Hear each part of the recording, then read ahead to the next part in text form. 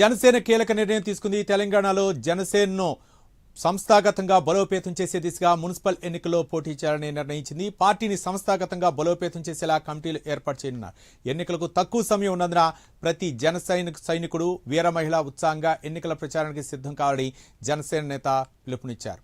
త్వరలోనే ఎన్నికల కార్యాచరణ ప్రకటించనున్నారు.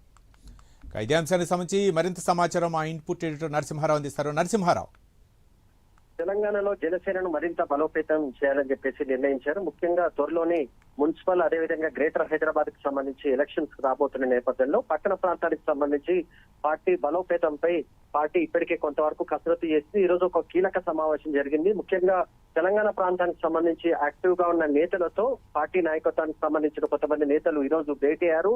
జిల్లాల వారీగా అభిప్రాయాలు తెలుసుకున్నారు. ముఖ్యంగా పట్టణ ప్రాంతానికి సంబంధించి చాలా ప్రాంతాల్లో జనసేనకు మద్దతు లభిస్తున్న నేపథ్యంలో ప్రస్తుతానికైతే జిహెచ్ఎంసీ ఎలక్షన్స్ లో పోటీ చేయాలి, దాంతో పాటు కొన్ని మున్సిపాలిటీలో కూడా పోటీ చేయాలని చెప్పేసి జనసేన నిర్ణయించింది.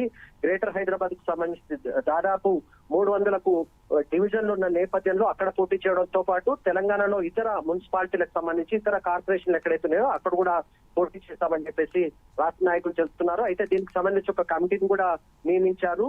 అభ్యర్థుల ఎంపికకు సంబంధించి కానీ ఏ అంశాలపై ముందుకు వెళ్ళాలి, త్వరలోనే పార్టీ అధినేత పవన్ కళ్యాణ్ కూడా తెలంగాణ ప్రాంతానికి సంబంధించిన ముఖ్య నేతలతో ఒక సమావేశం కానున్నారు. ఈ సమావేశంలో భవిష్యత్ కార్యాచరణ అదేవిధంగా తెలంగాణలో పార్టీ బలోపేతం, జిహెచ్ఎంసీ ఎన్నికల్లో పోటీ, ఇతర అంశాలకు సంబంధించి కొన్ని కీలక నిర్ణయాలు తీసుకునే అవకాశం ఉంది. మొత్తానికైతే ఒక ఇండికేషన్ ఈ రోజు క్లారిటీగా వచ్చింది.